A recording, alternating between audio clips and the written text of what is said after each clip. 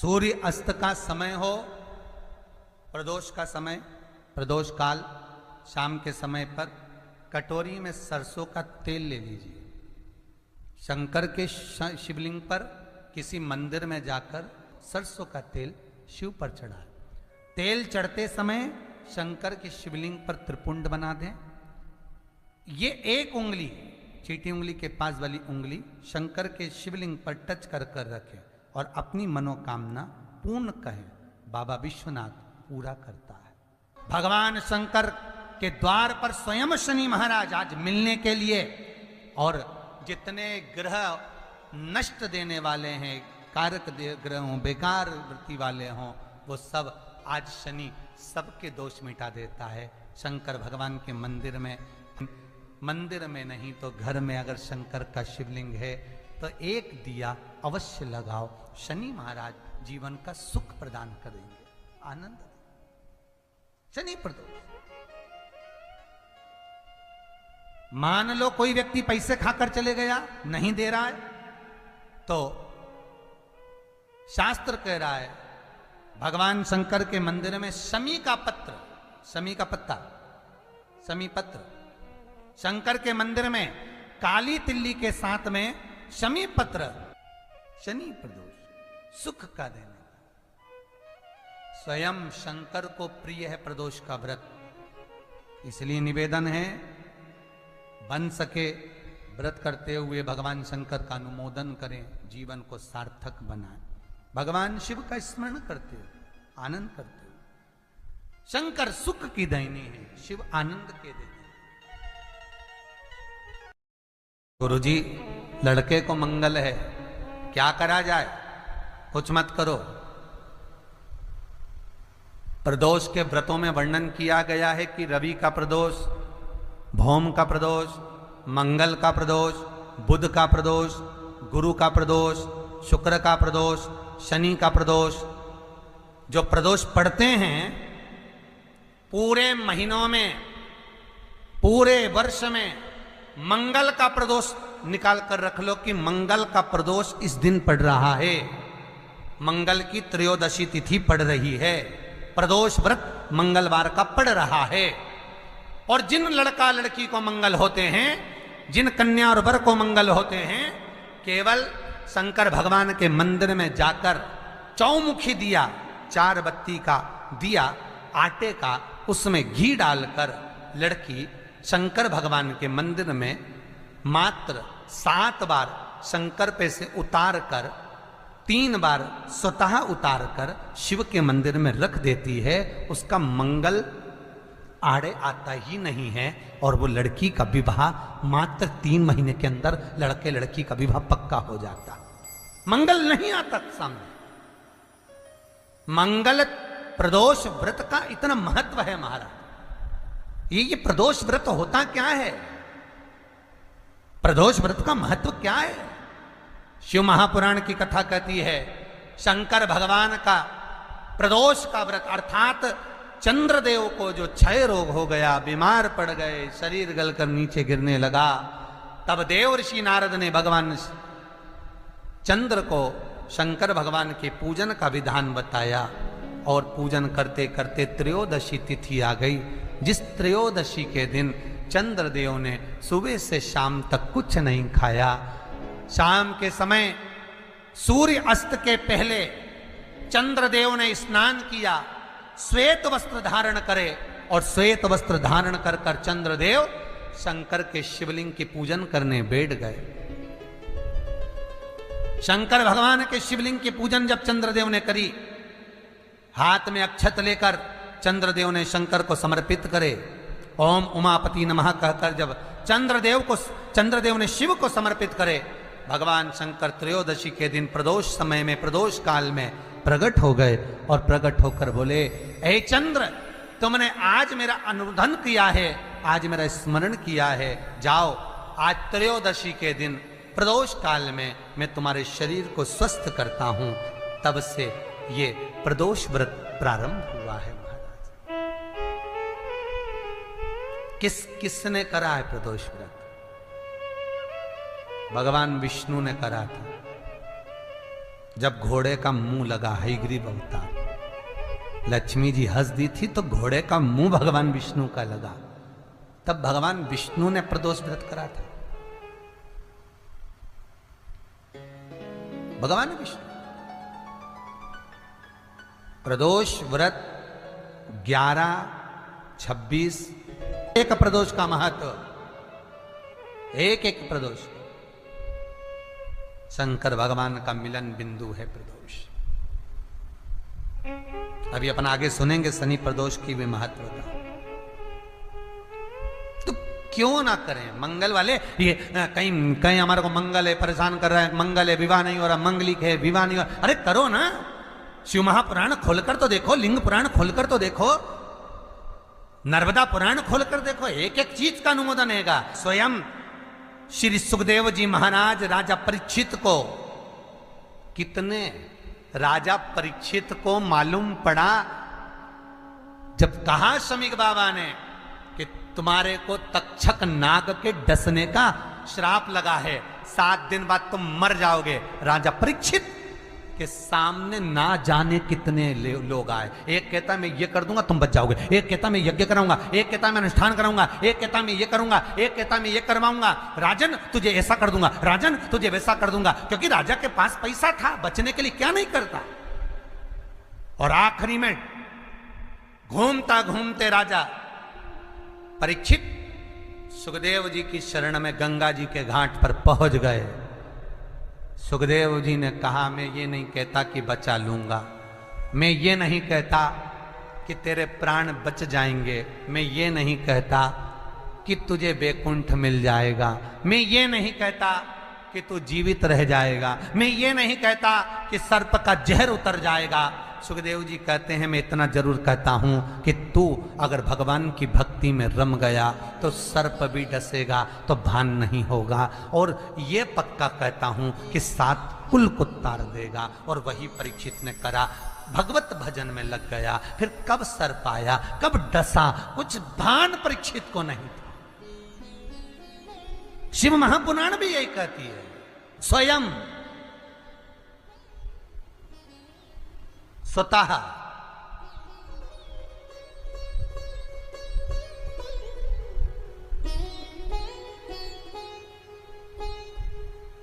अपना स्वयं का करिए, भजन करो, मंगल है, राहु है, केतु है, दशा बेकार चल रही है, लक्ष्मी नहीं आ रही, कष्ट बहुत है, फैक्ट्रियां नहीं चल रही, कहीं मत जाओ, मेरे शिव की शरण में जाकर एक बार शिव महापुराण को पूरी सुनो, और उसमें जो जो उपाय बताए गए हैं, हम ये नहीं कहते कि हम कुछ कर देंगे, हम ये नहीं कहते कि हमारे पास कोई विद्या है। मेरा निवेदन आप सबसे है, आप सबसे भी मैं निवेदन करना चाहूंगा। कई माताएं फोन कर कर बोलती हैं हमारे को कष्ट है, हमें गुरुजी से बात करना है, हमको ये पूछना है, हम नहीं, आपसे निवेदन है कुछ पूछने के लिए आप कभी भी कॉल ना करिए, फोन ना करिए, कुछ पूछने के लिए आप मैसेज ना करिए, हम नहीं बता पाएंगे। क्यों?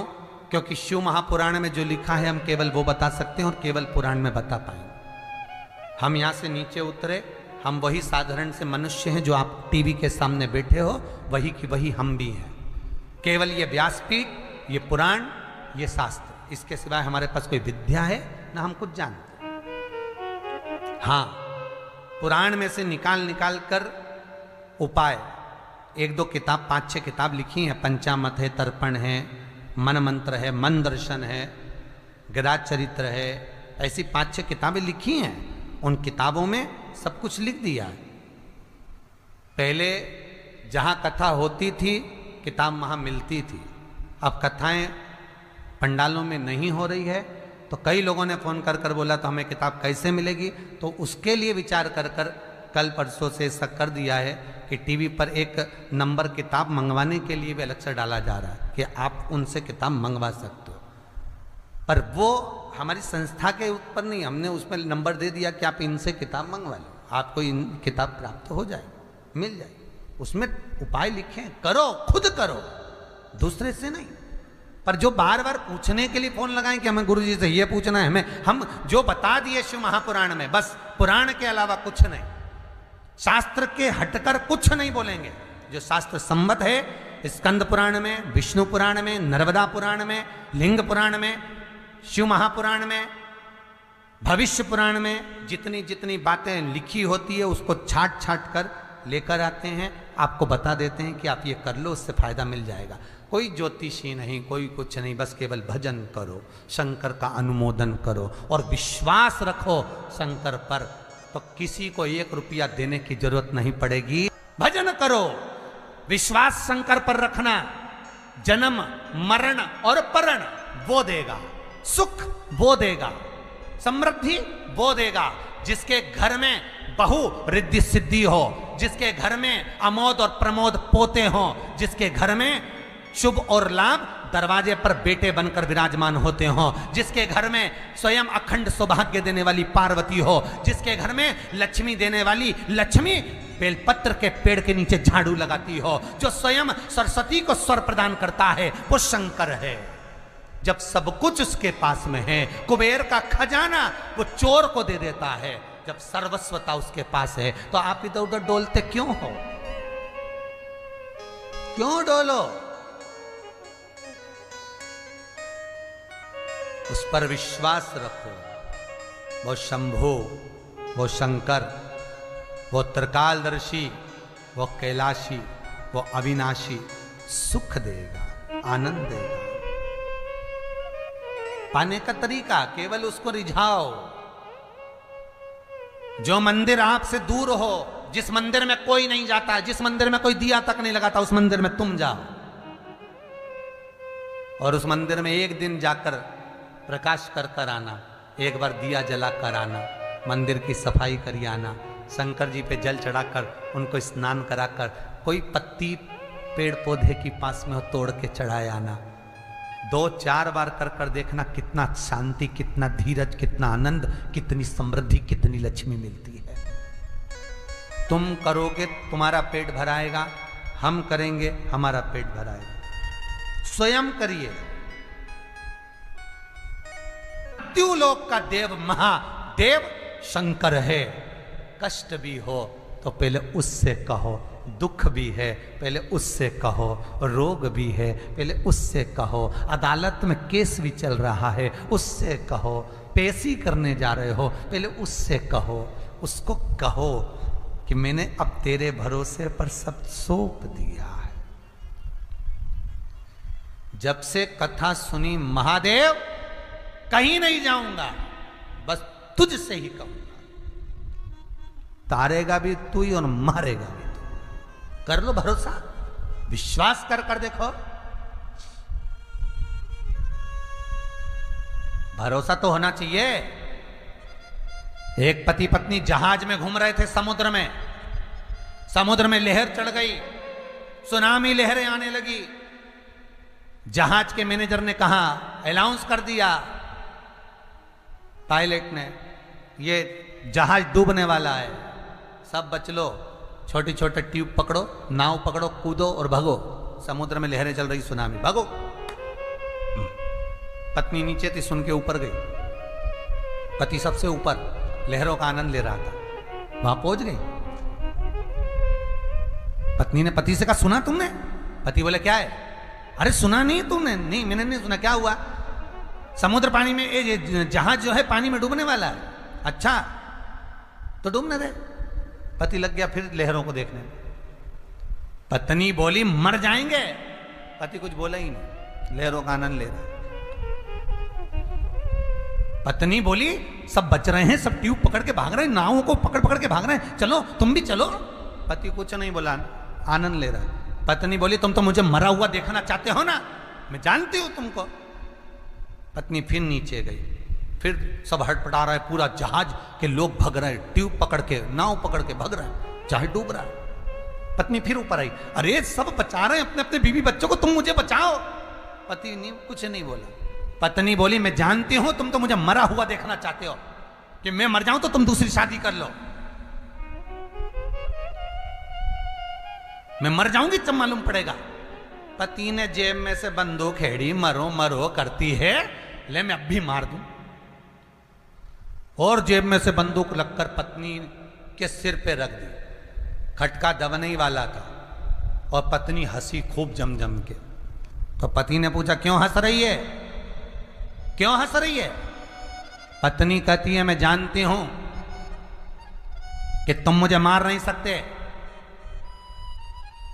पति कहता है, जितना विश्वास तुझे अपने पति पर है कि मैं तुझे मार नहीं सकता, पति कहता है उतना विश्वास मुझे मेरे विश्वनाथ पर है, वो मुझे डूबने नहीं दे सकता। इतना विश्वास तुम्हारे भीतर होना चाहिए, डूबने नहीं देगा वो। ये शनि प्रदोष के दिन कथा को सुन रहे हो, विश्वास की कथा है। तुलसीदास जी ने रामचरितमानस लिखते समय सबसे पहला शब्द लिखा, शंकर विश्वास रूपिणो। शंकर विश्वास रूपिणो, ये तुलसीदास जी रामचरितमानस के भीतर लिख रहे हैं। शंकर पर अगर विश्वास हो गया तो जीवन सार्थक हो गया, कुछ नहीं सोचना फिर।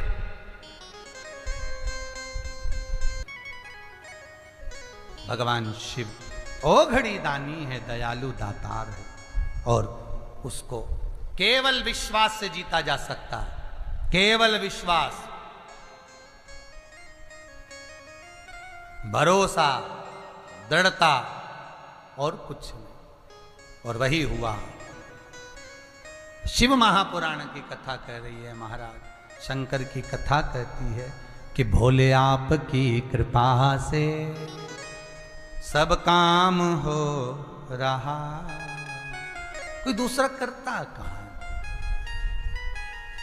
भगवान शिव करने वाले, करुणा सागर, त्रिकालदर्शी, कैलाशी, अविनाशी ही सब कर रहे। विश्वास, भरोसा, चरित्राया, क्या ना दिया मेरे शंकर ने। भगवान शंकर का एक अवतार है, भिक्षुवर अवतार। भगवान के 19 अवतार में एक भिक्षुवर अवतार भगवान शंकर का है। शिव महापुराण की कथा कहती है, विदर्भ राज के यहाँ, विदर्भ नरेश के यहाँ एक सत्याव्रत नाम का राजा था। विदर्भ नरेश सत्याव्रत अपने नगर में निवास करते थे, नगर में निवास कर रहे हैं विदर्भ सत्याव्रत। और विदर्भ सत्याव्रत नगर में निवास करते थे। इनकी एक धर्म पत्नी थी, बड़ी सुंदर, गर्भस्थ थी, गर्भस्थ, गर्भ में बच्चा है। उसी समय पर नगर के 4 राज्यों के राजाओं ने एक साथ विदर्भ पर आक्रमण कर दिया। और विदर्भ नरेश पर जब आक्रमण करा, राजा सत्याव्रत पर जब आक्रमण करा, राजा सत्याव्रत के प्राणों को हर लिया। धर्मपत्नी गर्भ से पूरा नगर उन 4 राजाओं के अधीन हो गया। पत्नी अपने प्राण बचाकर भागी और भागते भागते एक नदी के तट पर पहुंच गई। भागने के कारण 9वां महीना चल रहा था, 9वां मास चल रहा था। पत्नी का जो गर्भ था सत्याव्रत राजा की, वो सत्याव्रत राजा की पत्नी के गर्भ से बालक ने जन्म ले लिया। और जन्म लिया, रानी उसको जन्म देकर नदी में कूद गई, वो भी मर गई। सत्याव्रत भी चले गया। रानी जल में कूद कर प्राणों को त्याग दी। छोटा सा बच्चा जन्म लिया, बालक गांठ पर पड़ा है, रुदन कर रहा है। एक भिकारन ने, भिक्षुक मांगने वाली, भिक्षा मांगने वाली एक भिकारन ने उस बच्चे को देख लिया। और भिकारन जो भिक्षा मांगने वाली थी, उसने उस बच्चे को उठा लिया, गोदी में लिया। देखो कितनी सुंदर बात है। ये जो सत्याव्रत था और इसकी जो धर्म पत्नी थी, ये दोनों शिव उपासना में लीन रहते थे। शिव उपासना में लीन। बस एक कर्म का दंड भोगना पड़ा। कोई राजा सत्याव्रत की कथा को अगर सुने, विदर्भराज नरेश की कथा को स्मरण करे और विदर्भराज नरेश की कथा का यदि मनन चिंतन करे, तो एक गलती सत्याव्रत क्या हुई? क्या गलती हुई? जब जब नगर का राजा मंदिर, शंकर के मंदिर में पूजन करता था, इसकी धर्म पत्नी भी गर्भवती होने के बाद भी शिव की आराधना करती थी। बस एक गलती होती थी, राजा दीप लगाकर वहां से तुरंत घर को चले जाता था। और एक जलने वाला ईर्ष्यालु जो 4 राजाओं ने आक्रमण करा था, उन्होंने जो गुप्तचर भेज रखा था कि आखिर इसके यहां सत्ता कैसे स्थापित है, इसके इतना राज्य कैसे चल रहा है। उन गुप्तचरों से कहा, जब ये मंदिर से निकले, जिस दीप को जलाकर जाए उस दीप को बुझा दिया जाए, उस दीप को बुझा दिया जाए। इसलिए आज भी प्रमाण है, मंदिर में अगर दिया लगाने जा रहे हो, बाती लगाई है आपने मंदिर के अंदर, तो कुछ देर बैठिए, कुछ देर स्मरण करिए। हमारे यहां तो यहां तक कहा गया है कि किसी मुर्दे को अगर जलाया भी जाता है तो कपाल क्रिया तक रुकना पड़ता है कि थोड़ा रुकिए, कोई पीछे से आकर कुछ कर ना जाए। दीप जलाएं, थोड़ी देर रुकिए। और दीप का भी नियम है महाराज, दीप का भी नियम है। दिए में जो फूल बत्ती लगती है, गोल बत्ती लगती है, गोल वाली, ये बत्ती हमेशा, कोई विष्णु भगवान की पूजन कर रहे हो, शिव जी की पूजन कर रहे हो, कोई अन्य देवता का अगर आप स्मरण कर रहे हो तो गोल बत्ती लगाई जाती है। भगवान के मंदिर में पूजन कर रहे हो तो गोल बत्ती लगाएं। लंबी बत्ती, लंबी वाली जो बत्ती होती है, लक्ष्मी की पूजन में, देवी पूजन में,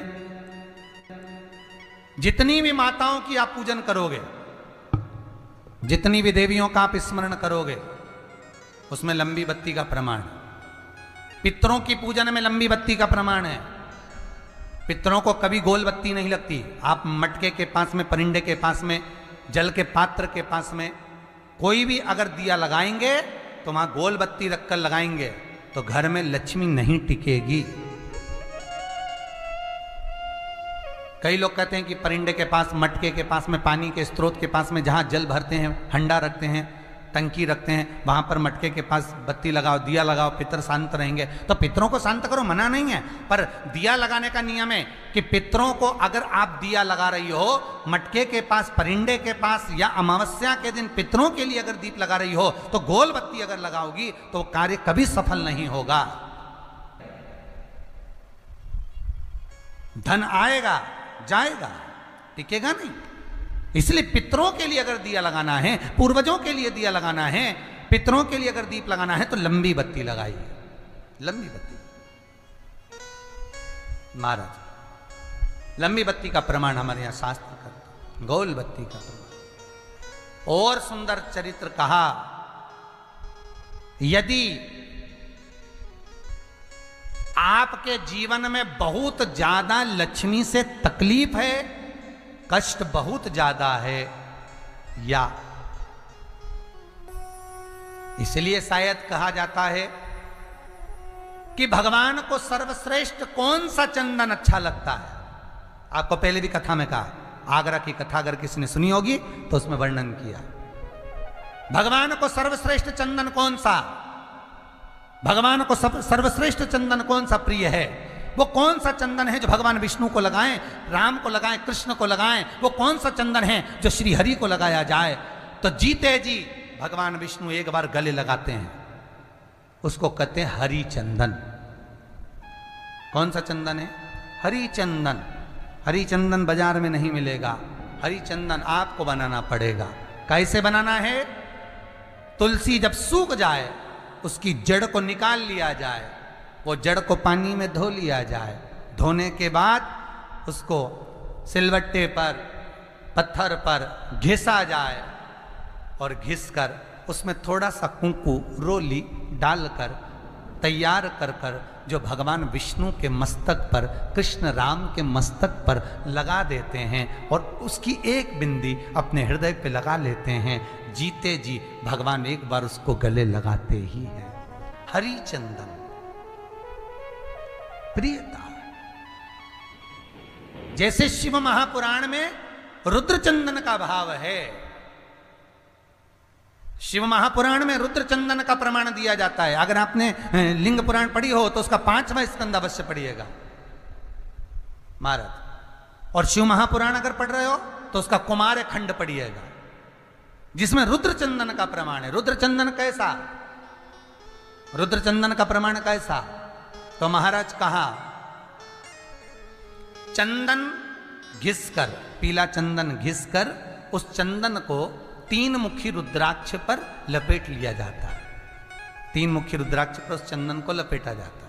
लपेटोगे उसके बाद उसको ऐसा गोल करोगे तो एकदम चिकना हो जाए, एकदम चिकना, ठीक है, एकदम चिकना हो जाए। और उस चंदन को आप शिवरात्रि के दिन, और कोई से भी महीने की शिवरात्रि, किसी भी महीने की हो, सब फलदायी होती है।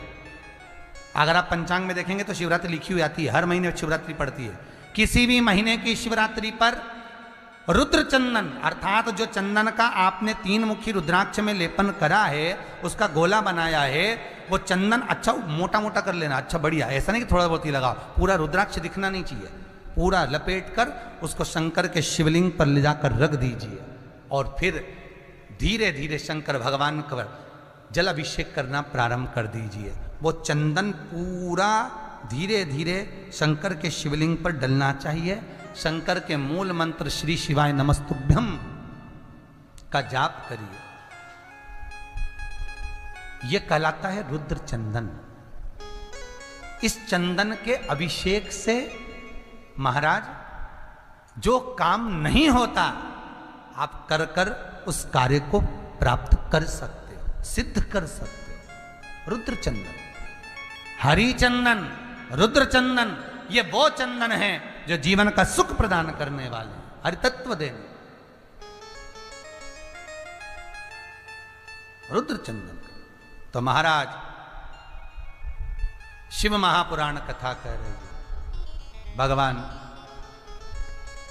भूत भावन भूतेश्वर शंकर के 19 अवतार में से आज भगवान शंकर का जो अभिषेक सत्याव्रत करता था, धर्मपत्नी करती थी।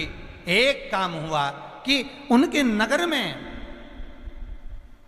उनके ईर्षालु जो राजा थे, उन्होंने गुप्तचर छोड़े थे, शिव मंदिर में जाते दीप को बुझा देते। उसका दोष जो दिया लगाया उसको प्राप्त होता था। महाराज आपको पहले भी कथा में कहा, कन्यादान आपने करा है, गौदान आपने करा है, लक्ष्मी का दान आपने करा है। इसलिए शिव महापुराण की कथा कहती है, इन 3 दान करने से पहले 50 बार विचार करिए। कन्यादान करने से पहले 50 बार विचार करना, क्या अच्छे लड़के को दी है, लड़का अच्छा होना चाहिए, परिवार अच्छा होना चाहिए। बेटी अगर रोएगी, बेटी को दुख होगा, तो कन्या दान करने वाले को रोना पड़ेगा।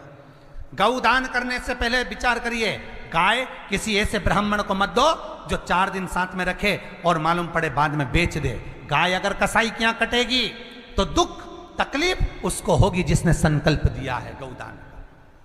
गाय दान करने से पहले 50 बार विचार करो, कन्या दान करने से पहले 50 बार विचार करो, लक्ष्मी दान करने से पहले विचार करो। किसी ऐसे भिखारी के कटोरे में मत देना जो शाम को जाकर मदिरा पान में लगा दे, वेश्यावृत्ति में लगा दे, सुबह तुमसे ले और शाम को जुए में लगा दे।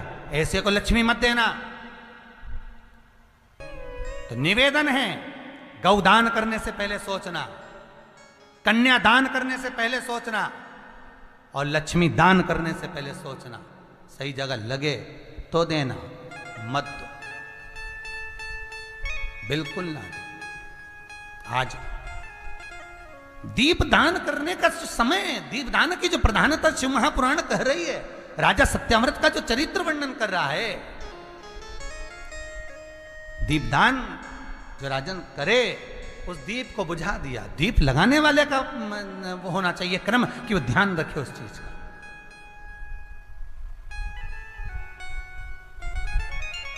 आप लोग जितने लोग कथा सुन रहे हैं, आपके यहां पंडित लोग पूजन करने आए होंगे, कभी ना कभी तो आए होंगे। कभी ना कभी सत्यनारायण की कथा तो करवाई होगी, कभी ना कभी कोई पूजन अनुष्ठान देवी का देवता का कराया होगा। आपने पंडित जी ने अगर दिया लगाया है, जजमान से अगर दीप लगवाया है तो जजमान को ध्यान रखना पड़ता है, और पंडित ने ध्यान दिया लगाया है तो पूरी पूजन में पंडित को ध्यान रखना पड़ता है कि दिया ठंडा नहीं होना चाहिए। जो दीप लगाए ये उसका महान होना चाहिए, ये उसका स्मरण।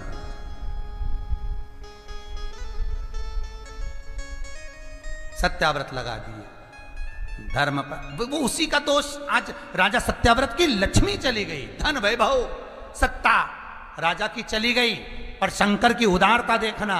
राजा के कर्म का भोग तो राजा को मिल गया, चले गया, पत्नी भी चली गई, पर उसके जो पुण्य करा था, जो सत्कर्म करा था, जो शिव का अभिषेक करा था, पूजन करा था, वो वंश नहीं मिटने दिया मेरे विश्वनाथ ने, वो वंश नहीं समाप्त होने दिया मेरे शंभू ने।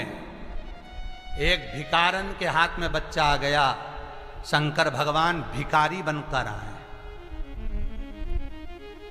दुनिया में कोई देवता नहीं होगा जो भिक्षुक बनकर आया होगा। स्वयं भगवान विष्णु भी राजा बलि के दरवाजे पर बामण का रूप रखकर आए थे भिक्षा मांगने के लिए, पर शंकर भगवान ब्राह्मण का रूप रखकर नहीं आए। भगवान शंकर भिखारी बनकर, भिक्षुक बनकर आए। इसलिए 19 अवतार हैं शंकर भगवान के, उसमें से एक अवतार शंकर भगवान का भिक्षुवर्य अवतार है। नटराज अवतार, भिक्षुवर्य अवतार, महेश्वर अवतार, उसमें से भिक्षुवर्य अवतार मेरे शंकर का है। शंभेश्वर अवतार, अवधूत अवतार, ये 19 अवतार में से एक अवतार भगवान शंकर का भिक्षुवर्य। कौन होगा साहब, कौन होगा जो एक राजा के बच्चे को बचाने के लिए भिखारी बनकर आ गया? कौन होगा? वो केवल एक महादेव हो सकता है, वो केवल एक मेरा शंभु, मेरा शंकर हो सकता है, दूसरा नहीं। अगर कहीं कष्ट ना मिटे वो शंकर रूप रखकर आ सकता है। बहुत करोड़पति नहीं मेरा शिव, बहुत धनपति नहीं मेरा शिव, बहुत धनिक नहीं, बहुत भस्म रमाने वाला, जटाजूट बांधने वाला, शमशान का निवासी, कैलाश का वासी, हार भी नहीं उसके पास पहनने के लिए, सांप लपेट लेता है। तुम हार पहनो, सौभाग्य का पहनो, अखंड सौभाग्यवती रहो। पांव में कोई पादुका नहीं उसके, कोई सिंहासन सोने और चांदी का नहीं उसका, मृगशाला पर बैठ लेता है। रुद्राक्ष की माला है मेरे शंभू के गले में, सर्प है, सिर पर गंगा रखा हुआ है, मस्तक पर चंदा रखा हुआ है। कर्पूर गौरम करुणावतारम का सुख भोगने वाला मेरा शंकर भोला है। पार्वती खुद कहती है, आप अपने लिए सोने की नगरी क्यों नहीं बसा लेते, हीरे पन्ने का महल क्यों नहीं बना लेते? शंकर कहते हैं, अब बाप एसी के रूम में रहे और बेटे हॉल में सोएं, बाप को अच्छा नहीं लगेगा। बाप कहता है, बच्चों की शादी हो गई, तुम अच्छे अच्छे रूम में रहो, मैं हॉल में सो जाऊंगा, मेरा पलंग यहां डाल दो। वो बाप होता है, वो बाप है। जैसे जैसे बच्चों की शादी होती जाती है, बाप अपना कमरा छोड़ देता है, माँ अपना रूम छोड़ देती है। ये बड़े बेटे को दे दूंगी ये वाला रूम, छोटे की शादी होगी ये वाला रूम कर दो, मंजिले की शादी हो ये वाला कर दो, संजले की हो वो रूम कर दो, और माँ बाप हाल में आकर बस जाते हैं। हॉल के अंदर शंकर कह रहे हैं पार्वती से, तू क्यों दुख करती है, क्या हो गया? पार्वती जी कहती है, आप अपने लिए कोई महल क्यों नहीं बनवाते? शंकर कहते हैं, सारे देवता ऊपर रहते हैं, उनको क्या करना, कौन कहां रहता है? शंकर कहते हैं, मैं मृत्यु लोक में रहता हूं। एक भिखारी भी अगर भीख मांग कर खाता है उसको दुखी देखता हूं, तो मैं भोजन नहीं करता। आंकड़े की रोटी लकड़िया में कंडे में टिक कर सेक कर जैसा वो खाता है मैं भी मल कर खा लेता हूँ। कभी मेरे पास में 56 भोग भी आते हैं तो समझ जाता हूँ कि आज पूरी पृथ्वी पर सृष्टि के लोगों ने भोजन कर लिया, इसलिए कोई 56 भोग लगाकर चले गया। किसी दिन 16 सोमवार का उद्यापन होता है, मलिदा बनता है, चूरमा बनता है, भोग लगता है तो मैं समझ जाता हूं कि आज पूरी सृष्टि ने पेट भर कर खाया होगा। पार्वती, मेरे खाने पर पूरी सृष्टि का सुख है और सृष्टि के खाने पर मेरा सुख है। जगत का बाप, जगत की मां पहले अपने घर के बच्चों को सुखी रखना चाहती है, पर उसका स्मरण हो तो। आप अगर सास को न मानोगे ही नहीं, ससुर को मानोगे ही नहीं, तो वो काय को जायदाद देगा, वो काय को अंगूठी देगा, काय को देगा? जाओ तुम तो पड़ोसन के पांव पड़ी पड़ोसन से लो, जाओ तुम तो पड़ोसन के खूब रसगुल्ला खिलाया, अचार उससे पूछा तो उससे लो, अंगूठी ने चैन, जाओ उससे लो जायदाद। आशा सास से कि सास देगी जायदाद, सास देगी अंगूठी और चाय पिलाए पड़ोसन को। तो भगवान शंकर के जिसका भजन करा, जाओ उसके पास। बेटा मैं तो अलमस्ती में, जब आओगे जब देखा जाएगा। जपो, और जिसने जपा, चाहे वो लंका का राजा रावण हो, राम कृष्ण हो, चाहे नारद हो, चाहे नामदेव हो, जिसने जपा उसको छोड़ा नहीं। मार्कंडे की उम्र 16 थी, चिरंजीवी कर दिया। जिसके गर्भ नहीं था उसके गर्भ दे दिया। विश्वास हो, आओ शरण। बस दिखावा नहीं होना मेरे पास, मुझे दिखावा नहीं चाहिए। मैं दूंगा, अंबारियों से दूंगा, इतना दूंगा कि तू बटोर भी नहीं सकेगा, इतना दूंगा बटोरा नहीं जाएगा। आज प्रदोष, शनि प्रदोष की कथा आप सुन रहे हो, अपनी चित्त वृत्ति में धारण करना कि विश्वनाथ शंभु शंकर जब दे, विश्वनाथ शंभु शंकर जब देगा, बस विश्वास रखना इतना दे देगा कि तुम खुद फोन लगाकर कहोगे, एक बार गुरुजी से बात कराकर जरूर कहना कि शंकर ने इतना दिया है, एक बार अब कथा और करवाना है। ये राव परिवार, ये जिंदल परिवार और जितने कथा करवाने वाले भक्त हैं, ये डबल से कथा करवाएंगे, मुझे उम्मीद है। डबल से कहेंगे कि हमारी कथा करो, और आप भी सुनोगे लाइव। मुझे इतनी उम्मीद है मेरे विश्वनाथ पर, भरोसा मेरे शंकर पर। आपका करा हुआ एक एक अंश, एक एक भजन वो देगा। भगवान शिव भिक्षुक बन गए, भगवान शंकर भिखारी बन गए। भिक्षु बड़े अवतार लिया शंकर ने, भिक्षु बड़े। और भिक्षु बड़े अवतार कर कर भिखारन के पास पहुंचते हैं। अब तो राजा सत्याव्रत चले गया था, अब तो धर्म पत्नी भी मर गई थी, राज्य सत्ता भी चली गई थी, सब जीत लिया दूसरे राजाओं ने। तो फिर क्यों आए भोलेनाथ? फिर क्यों आए भोलेनाथ? लोग भगवान को दोष देते हैं, इतना दुख है भगवान कहाँ है? भगवान कहते हैं तूने पुकारा कहाँ है? एक नाई का चरित्र याद आता है मुझे कथा में।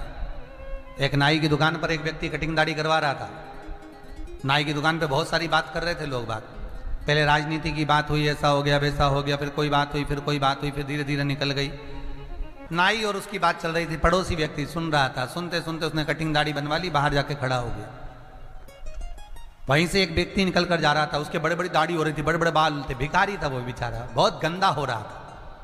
जिसने कटिंग दाढ़ी करवाई थी, बाजू वाला जो सुन रहा था, वो अंदर पहुंच गया नाई के पास, और नाई के पास पहुंचकर बोला, ओ भैया जरा जाओ ना, उसकी दाढ़ी कटिंग कर दो, वो सामने जा रहा है। तो नाई बोला पागल है क्या, वो मेरी दुकान में आएगा तो मैं कटिंग दाढ़ी करूंगा, मैं क्या उसके पीछे पीछे जाऊं? मैं उसके पास जाकर करूंगा? पागल हो गया हूं मैं? वो मेरे पास आए तो मैं दाढ़ी कटिंग करूंगा, मैं इधर उधर नहीं जाता। उसने कहा भैया अभी तू बोल रहा था कि भगवान है ही नहीं, मैं उसी का उत्तर दे रहा हूं। भगवान भोलेनाथ कहते हैं, दुनिया के लोग कहते दुख नहीं कट रहा, शंकर भगवान कहते हैं नाई की दुकान में जाओगे तो बाल कटेंगे, दाढ़ी बनेगी। शंकर भगवान कहते हैं अगर मेरे दरबार में आओगे तो दुख कटेगा, मैं क्या तुम्हारे पीछे पीछे जाके दुख काटूं? मैं तुम्हारे पीछे पीछे जाके कष्ट काटूं? आओ तो, और आने के बाद अगर नहीं कटा तो बात दूसरी है, पर पूरा विश्वास रखकर आना। शिव महापुराण की कथा कह रही है, पूर्ण विश्वास, दिखावा नहीं मेरे शंभू को। जितने टीवी के माध्यम से सुन रहे हैं, फेसबुक यूट्यूब के माध्यम से सुन रहे हैं, निवेदन है विश्वास पूर्ण रखिए।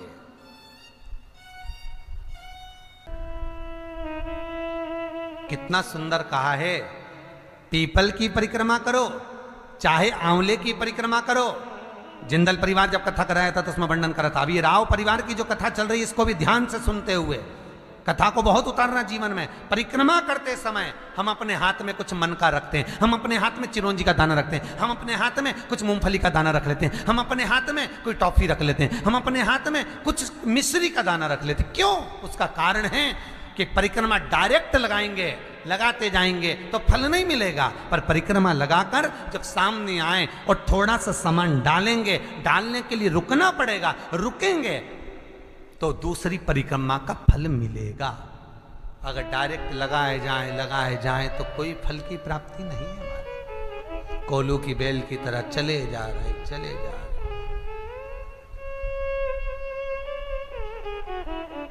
चले जा।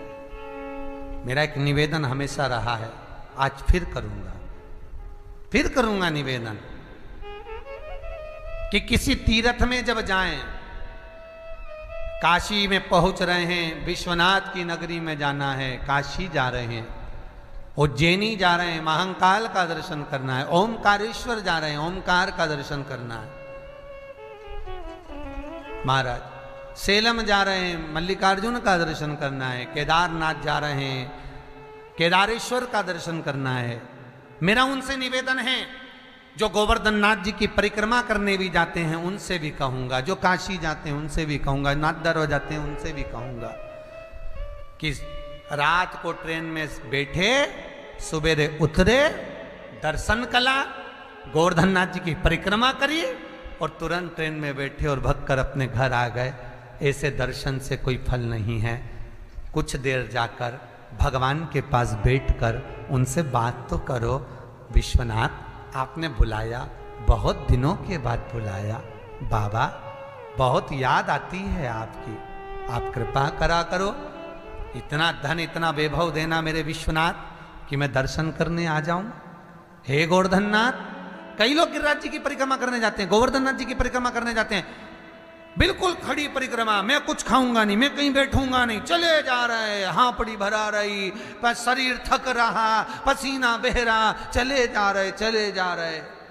भगवान खुद बच्चे का रूप रखकर उसके पास में आ रहे, पानी पी लो, भंडारा खोल रखा है, टेबल पे पूरी सब्जी बट रही, कुछ खा लो, बुला कर कह रहे हाथ जोड़ जोड़ के खा लो। क्यों? क्योंकि भगवान कह रहे इसे कोलू की बेल की तरह परिक्रमा मत लगा, मेरे पास आया है, कुछ देर बैठ तो सही। वो याद करिए, ना जी भर के देखा, ना कोई बात की, बड़ी आरजू थी मुलाकात की। ना हम उनसे जी भर कर देखे, ना मिले, ना जुले, ना बात करी। तुम्हारे यहां कोई मेहमान आया, बहुत दूर से आया और दरवाजे पर आया और 5 मिनट मिला, और जीजी कैसी हो? बढ़िया, आनंद में, बच जा रहा हूं, और वो तो बुझ जाए तो बुरा तो लगेगा। आया काय को मुंडा दिखाने आया था क्या? थोड़ी देर बैठ तो सही, पानी तो पी ले, चाय पी ले, मैं बनाऊं। नहीं, मैं तो आया नहीं गया, बुरा तो लगेगा। भगवान को भी बुरा लगता है कि मैंने इतने प्रेम से तुझे निमंत्रण दिया मेरे दरबार में बुलाने के लिए, और मेरे दरबार में, मेरे मंदिर में आने के लिए मैं खुद निमंत्रण देता हूं तब कोई आता है। शिव महापुराण की कथा, भगवान का दरवाजा, तीर्थ व्रत, ये सारे जब तक भगवान ना चाहे कोई नहीं करवा सकता, कोई कर नहीं सकता। मैंने निमंत्रण दिया और तू ना आया। कुछ देर बैठकर उससे निगाहें तो मिलाओ, कुछ देर बैठकर उसके पास जाओ तो सही। कई लोग तीर्थ करने जाते हैं, उनको यही अंदाजा नहीं रहता कि तीर्थ में कौन सा मंदिर कहाँ है, फिर बाद में फोन लगा के पूछते हैं गुरुजी वो पांडुकेश्वर कहाँ पर है? अरे भैया बद्रीनाथ जाते हैं तो ड्राइवर से बोलो कि पांडुकेश्वर आए तो रोक गाड़ी। रोकेगा? गाड़ी से नीचे उतरो, सामने राइट में देखोगे तो पांडुकेश्वर का मंदिर है थोड़ी नीचे पे। विश्वास रखकर शंकर के द्वार का एक कतरा मात्र भी जीवन का कल्याण कर देता है, क्योंकि उसकी भस्मी में भी करोड़ों का धन छुपा होता है। बस बखान क्या करूं मैं राखों के ढेर का,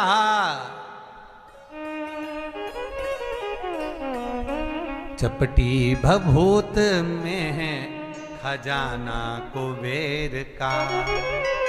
जहां शंकर निवास कर रहे हैं, जहां शिव रह रहा है, जहां भगवान शंकर का शिवलिंग है, जहां शिव निवास करते हैं, उस जगह पर एक एक पत्ते पत्ते का भी मोल तत्वता है। मोल तत्वता, पत्ते की भी मोल तत्वता है। उसको पहचानो,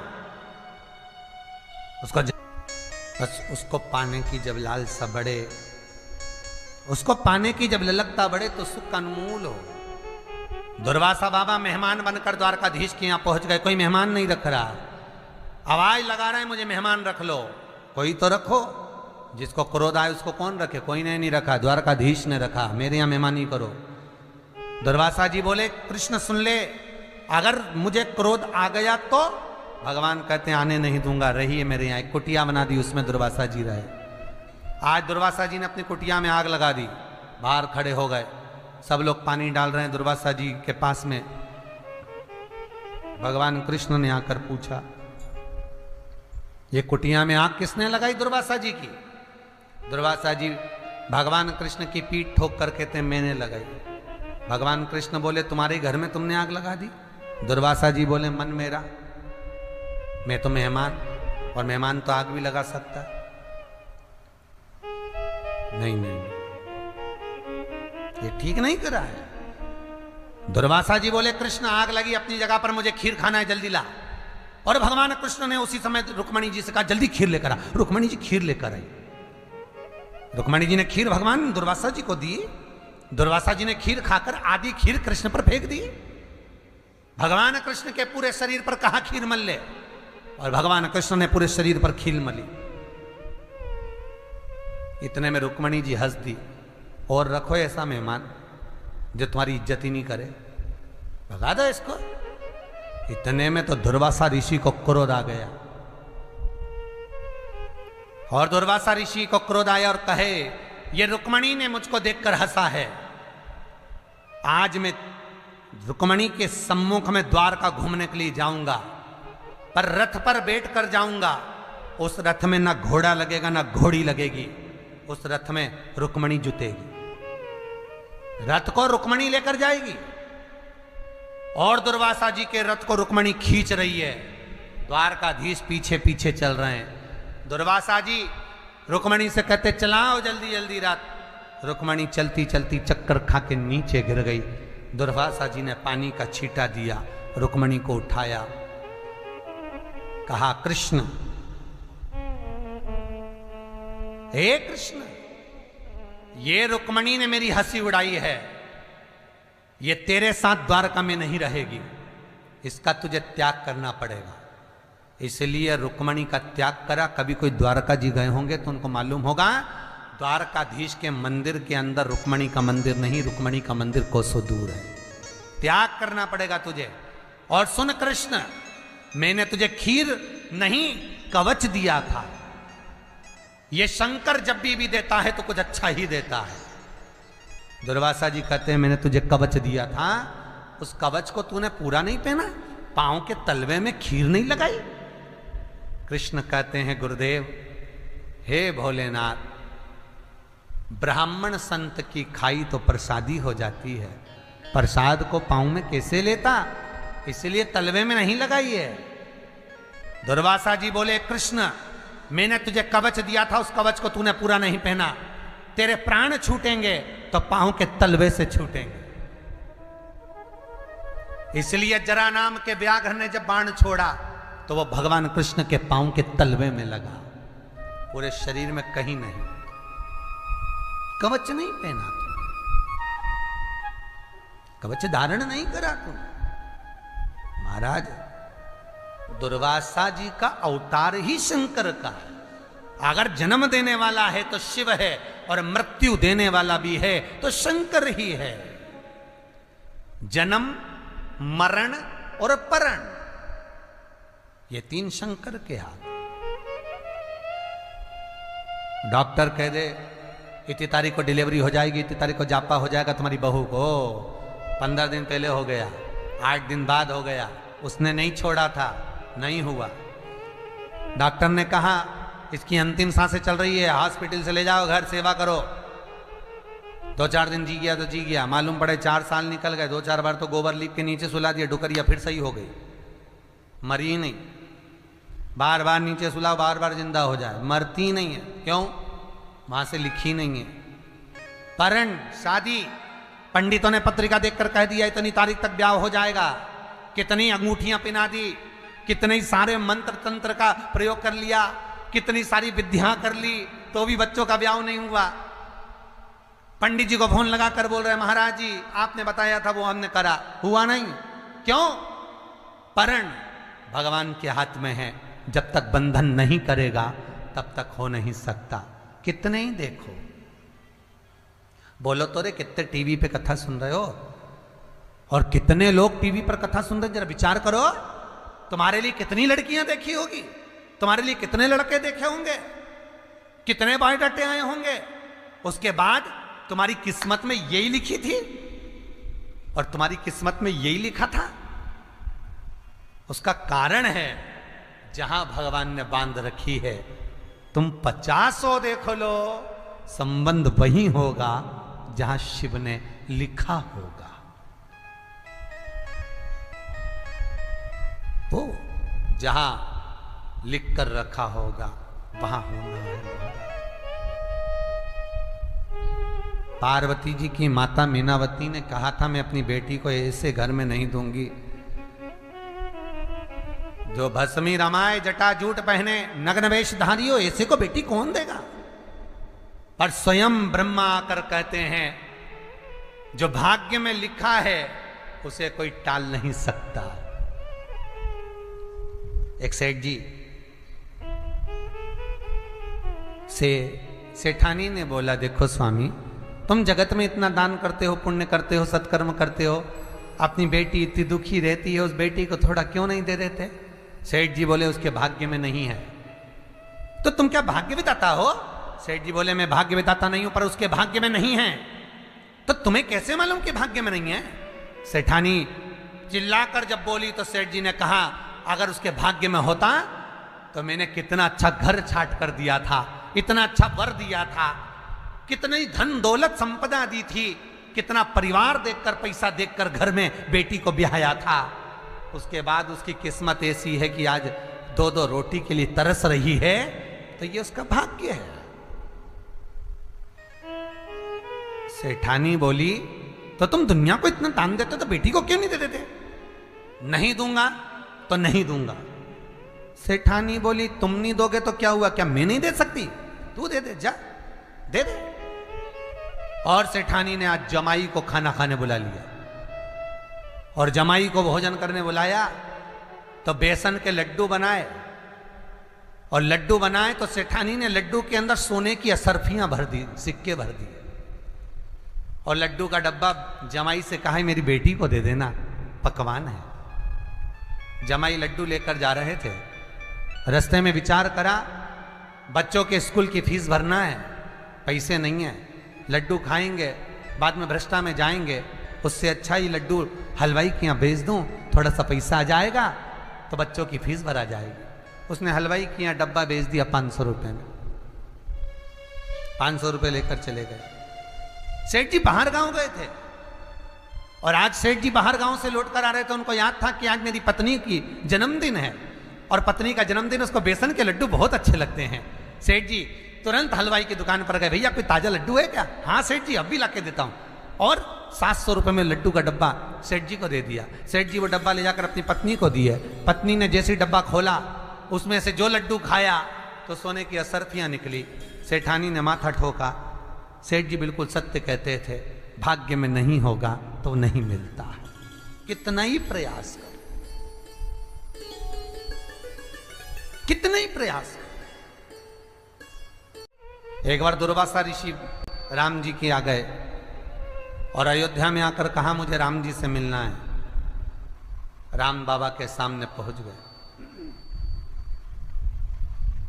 और राजा राम जी के सामने पहुंचकर दुर्वासा बाबा ने राम जी से कहा मुझे आपसे अकेले में बात करना है, इस लक्ष्मण को हटा दीजिए। भगवान राम ने लक्ष्मण को खड़ा कर कर रखा। दुर्वासा जी फिर बोले आप और मेरी बात होना है, लक्ष्मण को यहां जितने हैं ये सब चले जाएं। और सुनो महाराज, यदि आपकी और मेरी बात के बीच में कोई आ जाता है तो उसका आपको त्याग करना पड़ेगा, ये विचार कर लीजिए। मेरे राम जी महाराज ने यही विचार किया। ठीक है लक्ष्मण जाओ, पूरा महल खाली कर दो, मेरा कक्ष खाली कर दो। और सुनो लक्ष्मण, इस कक्ष में फिर कोई प्रवेश नहीं करना चाहिए जब तक मैं दुर्वासा ऋषि से बात कर रहा हूं, इस बीच में कोई ना आवे। लक्ष्मण जी चले गए, दरवाजे पर पहरेदारी करने लगे। दुर्वासा भगवान और भगवान राम की चर्चा प्रारंभ हुई, बात चालू हुई। और कुछ देर बाद लक्ष्मण जी का आगमन हुआ। लक्ष्मण को त्याग करना पड़ा मेरे राम जी को। और दुर्वासा ऋषि कहने ही ये आए थे कि अब तुम्हारी लीला समाप्त करो और गौलोक धाम वैकुंठ के लिए तुम चलो, बोलने यही आए। और दुर्वासा है कौन? दुर्वासा है कौन आखिर? देवर्षि नारद भ्रमण करते करते एक बार माता लक्ष्मी के पास पहुंच गए और माता लक्ष्मी से कहा मां बहुत तेज भूख लगी है, कुछ लेकर आइए ना। माता मोतीचूर का लड्डू ला कर दे दी और माता ने मोतीचूर का लड्डू ला कर दिया तो नारद जी ने खाया। और खाते सी नारद जी बोले मैया लड्डू तो अनसुईया जी के घर का था, लड्डू क्या जोरदार बनाती है अनसुईया मैया, पर तेरे लड्डू में स्वाद नहीं आया। अब तो लक्ष्मी जी के कांटे से खून नहीं, लक्ष्मी जी के बता लड्डू 4 खा गया और कह रहा बताओ कि लड्डू में स्वाद नहीं। ठीक है, तो लक्ष्मी जी ने पूछा ये अनसुईया कौन है?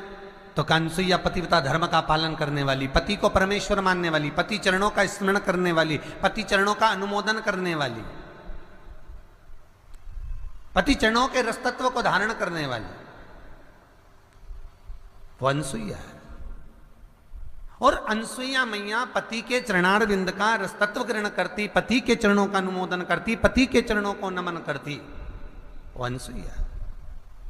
क्या अनसुईया इतनी सात्वित्ववान है? अरे मैया तुम क्या लगो। और लक्ष्मी जी को इतना कहकर नारद जी चले सरस्वती के यहां पहुंच गए, ब्रह्माणी के यहां। ब्रह्माणी को भी कह दिया, पार्वती के यहां पहुंचे तो पार्वती को भी कह दिया। अनसुईया के सात्वित्व की प्रबलता का जब बखान किया है देवऋषि नारद ने, तीनों को परीक्षा लेने के भाव जागृत हो गए। और अनसुईया मैया अनसुईया है, अपने सात्वित्व की प्रबलता है अनसुईया की। पति के चरणारविंद का अनुमोदन स्मरण करती हैं। आप में से कितनी माताएं हैं जितनी टीवी पर कथा सुन रही हैं, ऑनलाइन कथा सुन रही हैं, आप में से कितनी माताएं हैं जो अपने पति को रोज प्रणाम करती है, रोज नमन करती है? हाथ उठाओ जरा, कितने प्रणाम करते हैं? इक्का दुक्का कोई होगा प्रणाम करते होगे। और नहीं तो कई घरों में तो बेचारा पति तुम्हारे को प्रणाम कर ले, तारी चुप हो जा, तेरे हाथ जोड़ो चुप हो जा, मत बड़बड़ कर, जरा शांति रख ले, थोड़ा चुप हो जा, पति बेचारा कह दे। नमनता महाराज।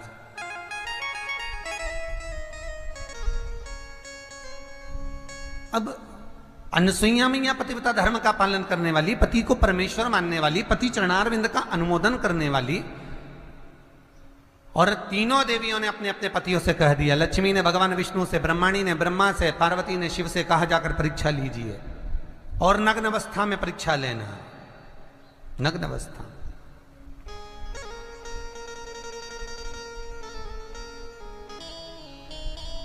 जाओ। चले। ब्रह्मा विष्णु महेश ने जाकर आवाज लगाई, माता भिक्षाम देई, माता भिक्षाम देई। जैसे ही भिक्षा के लिए आवाज लगाई, अनसुईया जी बाहर आए। बाबा ये लो। तीनों देवता जो ब्राह्मण के रूप में थे, उन्होंने कहा भिक्षा ऐसे नहीं लेते, वस्त्र उतार कर आओ, नग्न अवस्था में आओ। अनसुईया जी कहती हैं, बाबा किसी पर पुरुष के आगे नारी कैसे वस्त्र विहीन आ सकती है? बाबा कहते हैं, माता भिक्षा तो हम ऐसे ही लेंगे, अगर आप भिक्षा नहीं दोगी तो हम भूखे रह जाएंगे और हमारे भूखे रहने का दोष आपको लगेगा, भिक्षा दीजिए। अनसुईया जी अंदर गई, आंत ऋषि के कमंडल का जल लेकर आई। अगर मेरा सातित्व पक्का है, मैंने पति की सेवा परमेश्वर मानकर करी है, तो ये तीनों की तीनों बच्चे हो जाएं, बालक हो जाएं। और जल छोड़ दिया और ब्रह्मा विष्णु महेश 1.5 महीने के हो गए और छोटे छोटे होकर उन अनसुईया जी ने गोदी में उठा लिया, उनकी झोली में थोड़ा थोड़ा सा अनाज दे दिया। विश्वकर्मा जी का ध्यान करा, पलना बनवाया चंदन का, रेशम की डोरी लगाई और अनसुईया जी उनको झुला रही थी। इतने में अंत ऋषि आ गए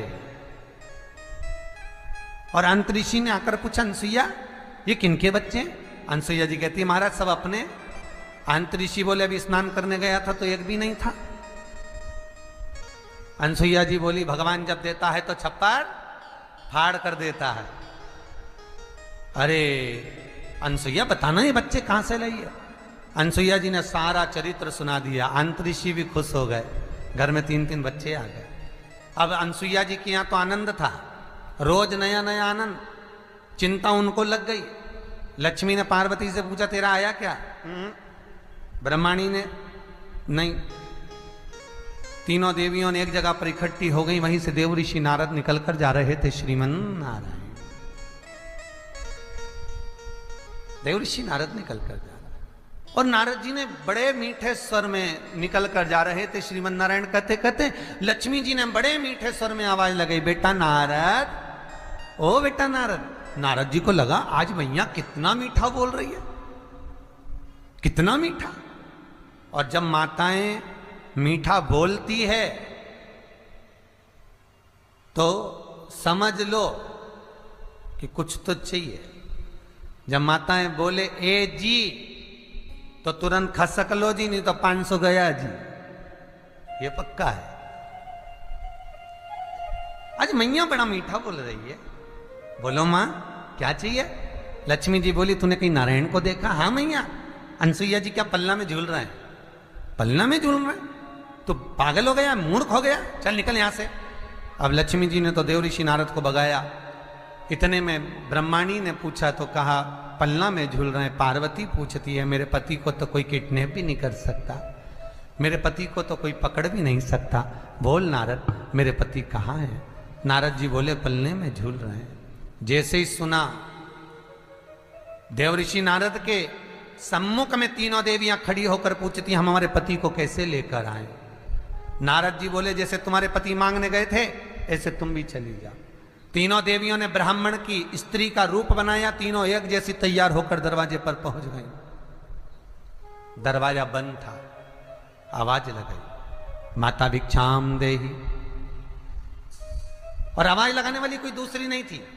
लक्ष्मी जी कहती है, मैं राजरानी, मैं पटरानी, में किसी के यहां भीख नहीं मांगूंगी। ब्रह्माणी कहती है, मैं सरस्वती किसी के दरवाजे पर भिक्षा नहीं मांगूंगी। पार्वती जी कहती है, मेरी दौलत तो मेरा पति है, मैं मांगूंगी, चलो। और पार्वती ने दरवाजा बंद था और आवाज लगाई, माता भिक्षाम देहि। जैसे ही पार्वती जी ने आवाज लगाई, बीच में शंकर जी सोए थे पलने में, इधर विष्णु इधर ब्रह्मा। शंकर भगवान ने दोनों कोनी मार कर कहा, मेरी तो आ गई, मेरी तो आ गई। भगवान विष्णु और ब्रह्मा बोले, अकेले मत जाना प्रभु, जाएंगे तो तीनों साथ जाएंगे। शंकर भगवान से पूछा, आप कैसे पहचान गए कि पार्वती आ गई? भगवान शंकर बोले, मैं पार्वती की आवाज सुन लेता हूं, समझ जाता हूं कि मेरी है। आज भी एक पति और पत्नी को हजारों जनता के बीच में पंडाल में बिठा दो तो पहचान जाएंगे कि भेरू कहां बैठा है और जगदम्बा कहां बैठी, तुरंत पहचान जाएंगे। कहीं पर भी बिठा दो, अब पहचान। अनसुईया जी ने दरवाजा खोला। जब भगवान रोना प्रारंभ करे तो अनसुईया जी दरवाजा खोली, बाहर आई और वहां आकर अनसुईया जी ने जैसे ही देखा, क्या चाहिए तुमको? माता भिक्षा। भिक्षा में क्या चाहिए तुमको? माता, अंदर जो सो रहे हैं पलने में वो हमारे पति हैं, हमें दे दीजिए। आइए, पधारो।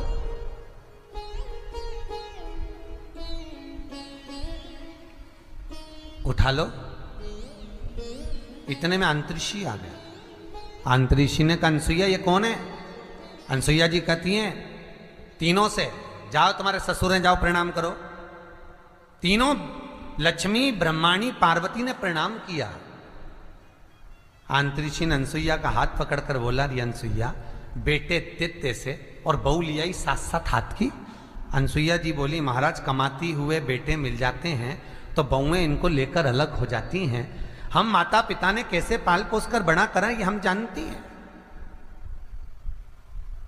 ये हम जानते हैं। इसलिए जाओ, उठा लो जिसको जौन सा बेटा पति चाहिए, हर माल 2 रुपये अपना अपना छाट लो। अब लक्ष्मी जी छाट रही हैं, बदल बदल के उठा लिए। अनसुईया जी को लगा पहचान नहीं पाई पतियों को, पतियों को नहीं जानती। वापिस सुलवाया पलने में, हाथ में जल लिया। अगर मेरा सात्वित्व पक्का है, मैंने पति को परमेश्वर मानकर सेवा करी है, तो ये तीनों की तीनों बड़े हो जाएं। तीनों बड़े हुए, उनके अंश अवतार से, भगवान विष्णु के अंश अवतार से दत्त, ब्रह्मा के अंश अवतार से चंद्र और शिव के अंश अवतार से स्वयं दुर्वासा जी प्रकट हुए। और वही दुर्वासा भगवान राम के दरवाजे पर जाकर परीक्षा लेते हैं, वही दुर्वासा भगवान कृष्ण के दरवाजे पर जाकर परीक्षा लेते हैं। जिस समय द्वारकापुरी में भगवान निवास करते हैं, द्वारकापुरी में भगवान कृष्ण रहते हैं, उस समय पर दुर्वासा ऋषि स्वयं आते हैं, स्वयं। और दुर्वासा ऋषि ने आकर आवाज लगाई, कोई मुझे मेहमान रख लो, कोई मुझे मेहमान रख लो। और देखो भाई, मेहमान भी उसको रखा जाता है जो मन का अच्छा हो, जो मन का ठीक हो, जिसके भीतर कपट ना हो, जिसके भीतर छल ना हो, जिसके भीतर प्रपंच ना हो। और जिस मेहमान के भीतर कपट, छल, अहंकार, क्रोध सब भरा रहता है, वो मेहमान सुहाता ही नहीं,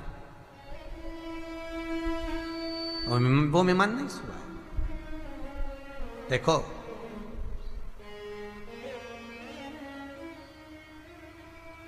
बेटियां शादी के बाद घर में आए, जब मायके आए, तो ये जो मायका है ये बेटियों का घर है, ये बेटियों का घर है मायका। कई बेटियां कहती हैं कि हम पराये से लगते हैं, पराये से हम लगते नहीं, तुम पराया बनाने का प्रयास करती हो।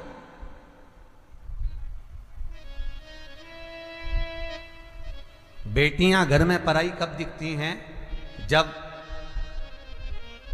घर में आए मायके में और मुंह धोएं, हाथ पैर धोएं और अपने पर्स में से निकालकर रुमाल से मुंह पोंछें।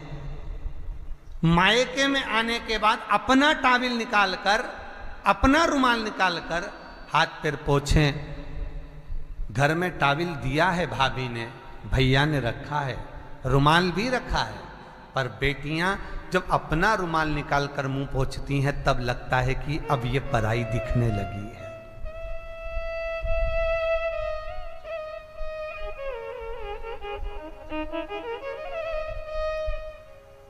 रसोई घर में आकर बेटियां जब कहें मम्मी चाय बना लूं क्या, मैं भाभी मैं चाय बना लूं क्या, तब लगता है कि बेटियां पराई लगती हैं। तुम अपने घर को अपना घर नहीं समझ रही हो और तुम्हें महसूस होता है कि अब हमारा नहीं रहा, तो आप स्वतः ही पराई समझने लगती हो। नहीं, माँ बाप का घर, माता पिता का घर, भगवान शंकर का घर और गुरु का द्वारा, गुरु का घर कभी पराया नहीं होता साहब, कभी पराया नहीं होता। दधीची जी भगवान शिव का दर्शन कर कर आनंद पाकर सुख को मूल स्थापित करते हैं। दर्शन भगवान शिव का जो हुआ, जल अभिषेक का दर्शन, जल अभिषेक तदर्शी। सुख को पाया, मांगो क्या चाहिए। दधीचि ऋषि ने कहा, भोलेनाथ मैंने अपने गुरु शुक्राचार्य बाबा से श्रवण किया था कि शंकर का स्मरण करो, शिव कृपालु हैं, दयालु हैं, दातार हैं। और कितनी सुंदर बात करी, ब्रह्मा का अनुमोदन करा, ब्रह्मा से तब प्राप्त हुआ। आपका अनुमोदन करा भोलेनाथ, केवल मुझे देना है तो 3 वर दे दीजिए। दधीचि ऋषि शंकर से 3 वर मांग रहे, मुझे 3 वर दे दो, मांगो क्या चाहिए। पहला, इस शरीर पर कोई वज्र का भी प्रहार करे तो ये शरीर की अस्थियां ना टूटे, तथास्तु। दूसरा, मेरे जीवन में कभी मैं पाप कर्म ना करूं। देखिए कितनी सुंदर बात दधीचि ऋषि मांग रहे हैं, मेरे जीवन में मैं कभी पाप कर्म ना करूं। तीसरा, अगर मेरे जीते जी भी मेरा ये शरीर देवहित में काम आ जाए तो मैं समर्पित कर दूं बिना सोचे समझे, बिना सोचे समझे समर्पित कर दो। पर एक निवेदन है, यदि मेरा शरीर देवहित में कार्य में आए, शरीर तो दे दूं परंतु ये शरीर की अस्थियां कहीं देवतुल्य भाव में पूजी जाए, देवताओं के अनुकूल हो जाए, तथास्तु। भगवान शंकर ने वर दे दिया। समय आया, अब मांग लिया,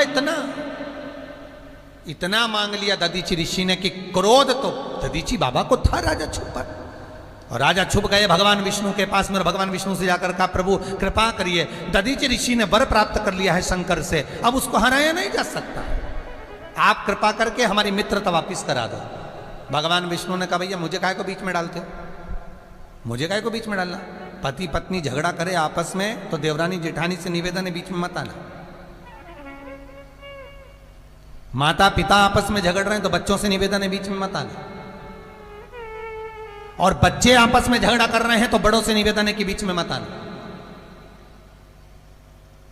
ये विनाशता है। दो मित्र आपस में झगड़ा कर रहे हैं, थोड़े लड़ेंगे फिर एक हो जाएंगे, फिर लड़ेंगे फिर एक हो जाएंगे, बीच में ना ही।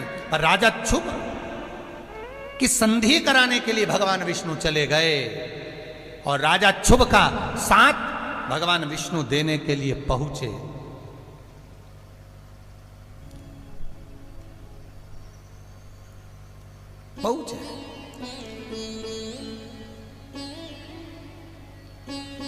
आखिरी में भगवान विष्णु ने कह दिया कि मैं रूप रखकर ब्राह्मण का आया हूं, पर ब्राह्मण नहीं हूं, मैं विष्णु हूं। दधीचि ऋषि कहते मैं पहचान गया था आप विष्णु हैं, क्या चाहते हो।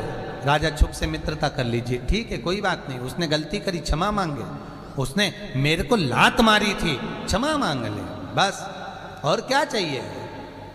आकर राजा छुप ने क्षमा मांगी, दधीचि बाबा से मित्रता बढ़ गई। आया समय जब भगवान इंद्र वृत्रासुर का अंत करने के लिए,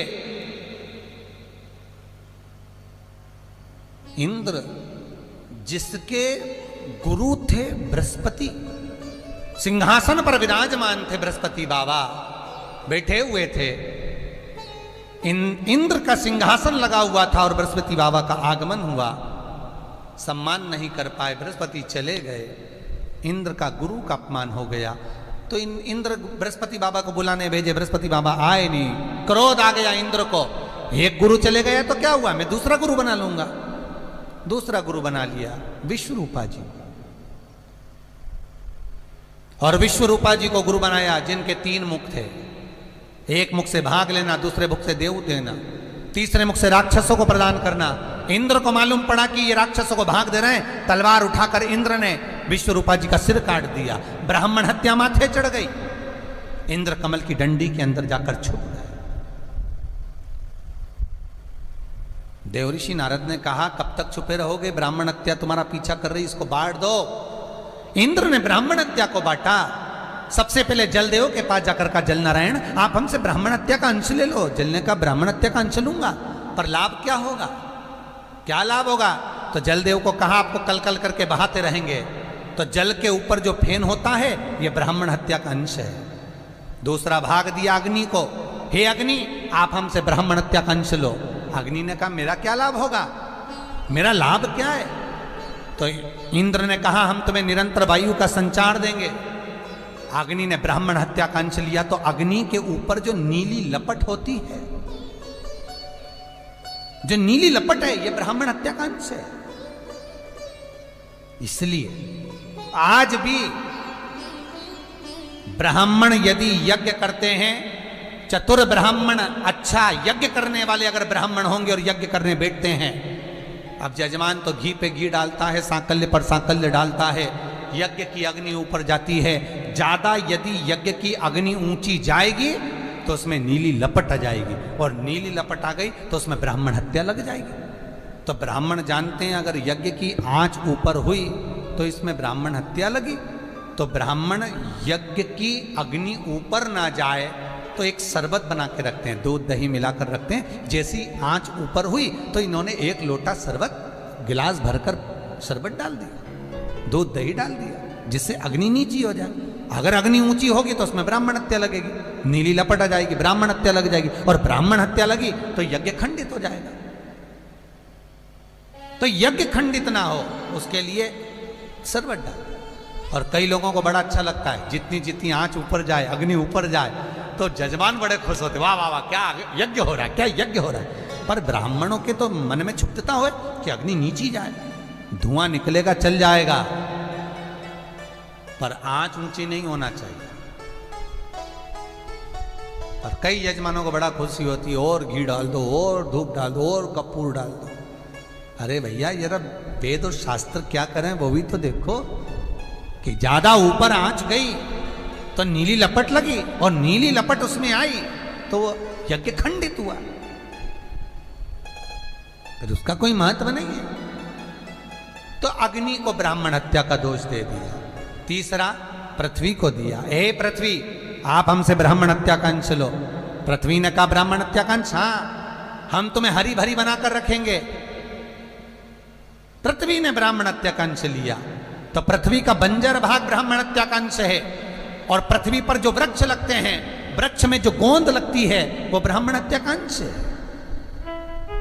इसलिए हिंदू धर्म में वेद और शास्त्र कहते हैं कि भगवान का यदि कोई प्रसाद बनता है, जन्माष्टमी के समय पर आप भगवान के लिए पंजेरी बनाते हो, भगवान के लिए सुंदर हरीरा बनाते हो, लड्डू बनाते हो, तो भगवान के प्रसाद में गोंद नहीं डलती।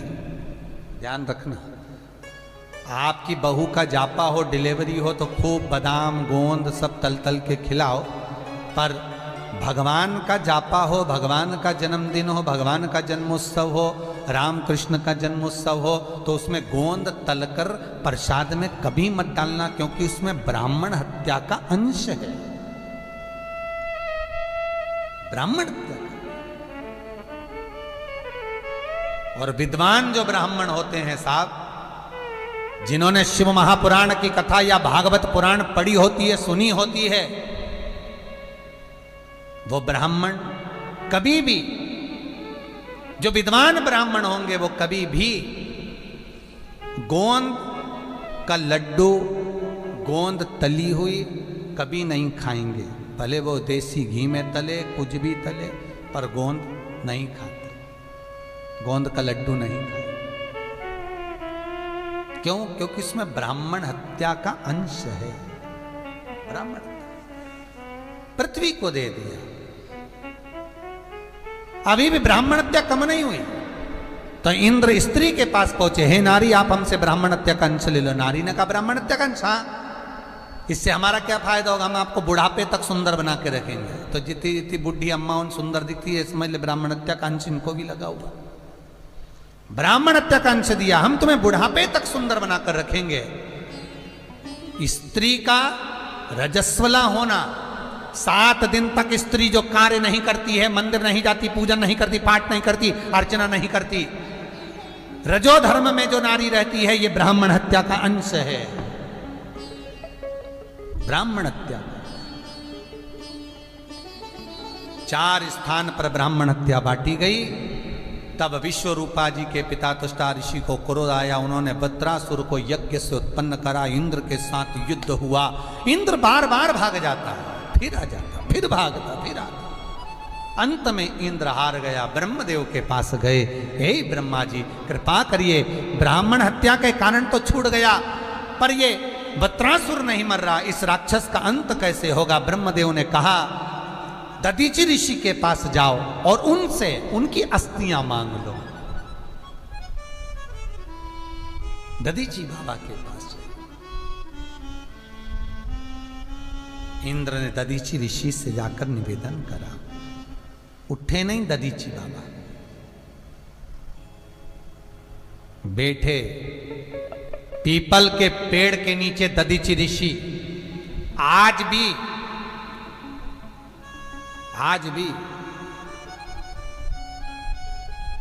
दधीचि बाबा का स्थान कभी नैमिषारण्य तीर्थ में जब आप लोगों का भाव हो दर्शन के लिए जब जाएं, नैमिषारण्य से कुछ ही दूरी पर दधीचि बाबा का वो स्थान बना हुआ है जहां पर दधीचि ऋषि पीपल के वृक्ष के नीचे बैठकर तप साधना करें।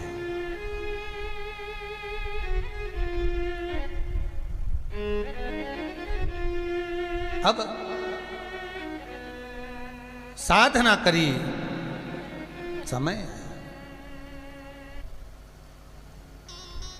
महाराज देवताओं ने आकर निवेदन किया। स्वयं ब्रह्मा, इंद्र, विष्णु वृत्रासुर को मारने के लिए, क्योंकि वृत्रासुर के साथ में दधीचि ऋषि का श्राप था भगवान विष्णु को कि तुमने राजा शुभ का साथ दिया है तो तुम्हें वृत्रासुर से हारना पड़ेगा। इसलिए भगवान विष्णु भी वृत्रासुर को नहीं जीत पाए थे। भगवान विष्णु भी नहीं जीत पाए। तब भगवान विष्णु भी आराधना करने आए दधीचि बाबा से, शंकर के भगत से। स्वयं भगवान शिव भी आराधना कर रहे हैं, निवेदन कर रहे हैं कि आप ये अस्थियां दे दीजिए, इन अस्थियों को दे दो।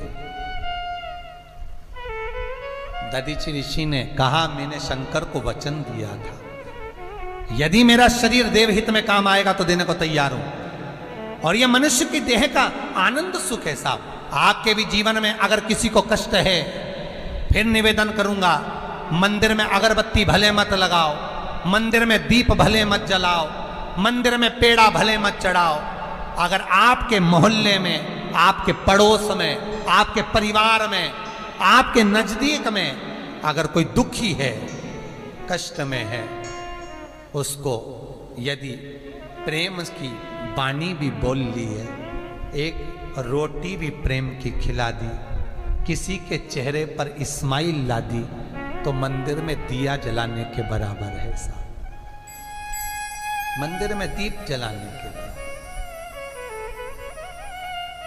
आज ये राव परिवार शिव महापुराण की कथा करवा रहा है। शंकर की कथा करवाने के माध्यम से आप जो ऑनलाइन कथा करवा रहे हो, किसी भी रूप में आप इस वृद्धाश्रम के निर्माण, गौशाला के निर्माण, मंदिर निर्माण में जो सहयोग कर रहे हो, कितने बुजुर्ग लोगों के, कितनी गौमाता के चेहरे पर प्रसन्नता प्रदान कर रहे हो कि किसी के मरने के बाद 10 दिन तक जीवात्मा घर की अटारी पर रहती है। 10 दिन तक जीवात्मा घर की अटारी पर रहती है मरने के बाद। और जैसे ही 10 दिन पूरे होते हैं जीवात्मा चली जाती है, उसको ले जाते हैं। फिर 8 दिन तक वो भोग भोगती है। कितने दिन? 8 दिन तक भोग भोगती है। और भोगने के बाद में उस जीवात्मा को धान के खेत में, चावल के खेत में पटक दिया जाता है। चावल के खेत में वो जीवात्मा चावल के अंदर, धान के अंदर चली जाती है। फिर उस चावल को पक्षी खाता है तो पक्षी के रूप में जन्म लेती है, जल का कोई जीव खाता है तो जल में जन्म लेती है, मनुष्य खाता है तो मनुष्य के रूप में जन्म लेती है, पशु खाता है तो पशु के रूप में जन्म लेती है। इसलिए हमारी विष्णु पुराण कहती है कि एकादशी के दिन चावल नहीं खाना चाहिए, क्योंकि एकादशी के दिन चावल इसलिए नहीं खाते क्योंकि उस अन्न में, उस चावल में उस धान में वो जीवात्मा निवास करती है। और विष्णु पुराण कहती है कि एकादशी के दूसरे दिन, द्वादशी के दिन पहला गासा चावल का होना चाहिए। क्यों?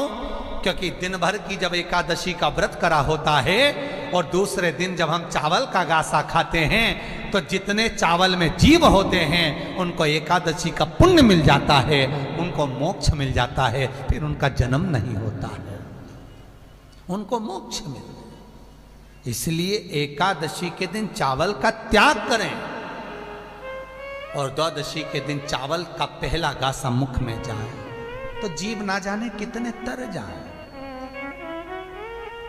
कितने।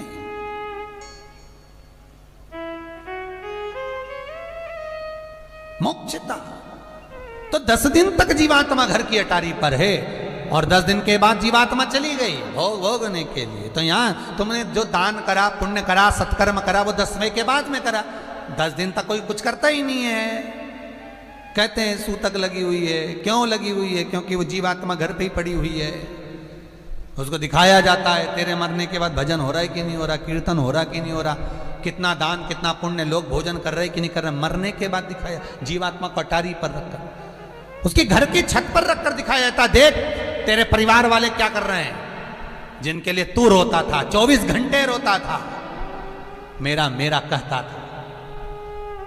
चले 10 दिन बाद वो गई और तुमने फिर 12वें के दिन सुखसेज दी, 12वें के दिन सैया दी, 12वें के दिन पंडितों को भोजन कराया, 12वें के दिन ब्राह्मण भोज कराया। अब वो जीवात्मा चली गई, मिला किसको? शिव महापुराण कहती है जीते जी कर लो, सैया देना है जीते जी दो, सुखसेज देना है जीते जी दो, ब्राह्मण भोज कराना है जीते जी कराओ, गौ के लिए दान करना है जीते जी करो, वृद्धाश्रम के लिए करना है जीते जी करो, मंदिर निर्माण, अपन जमीन खरीद कर कहीं मंदिर नहीं बनवा सकते, कम से कम मंदिर निर्माण हेतु करना है जीते जी करो। मरने के बाद कोई गारंटी नहीं, कुछ भी नहीं। इतने बड़े लोटे में हड्डियां भर के गंगा जी छोड़ जाएंगे, पीछा छूटा, कोई ना पूछेगा। 16 श्राद्ध में इतना बड़ा फोटो जो टंगा होगा वही निकाल लेंगे, लगा लेंगे वही।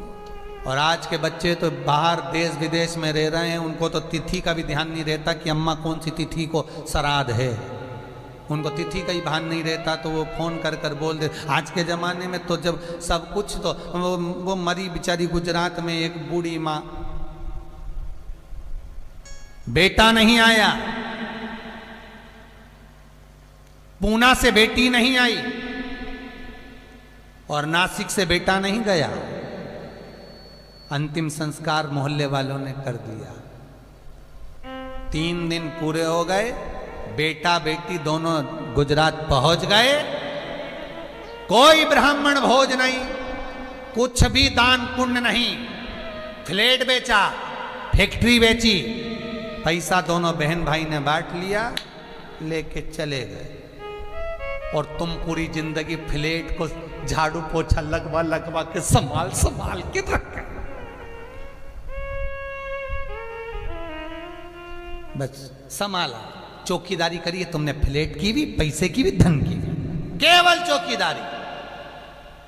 सही सदुपयोग तो इन्होंने करा है, ये राव परिवार, ये मित्तल जिंदल परिवार, ये सदुपयोग कर लिए साहब अपनी जिंदगी का, अपने धन का। कहा कि बेटा एडिलैंड में, बेटी है न्यूयॉर्क, और ब्राइट बच्चों के लिए हुआ बुढ़ापा डार। और काका क्या करोगे, ये रुपया कहां धरोगे, काय का जीवन। ददीची जी कह रहे हैं, ददीची ऋषि कह रहे हैं, मेरी अस्थियां काम आए, तैयार हूं मैं, पर निवेदन इतना सा है, अगर मैं हाथ में जल लेकर अपने ऊपर छीटूंगा और जल जाऊंगा तो अस्थियां तो खोखली हो जाएगी, जल जाएगी, उसका कोई प्रयोजन ही नहीं रहेगा।